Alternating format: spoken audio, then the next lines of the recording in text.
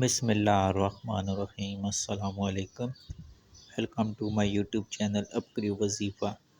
مرشد کامل اکمل کی خصوصیات۔ مرشد کامل اکمل اصل میں انسان کامل ہوتا ہے اور ہر زمانے میں ایک ہی ہوتا ہے۔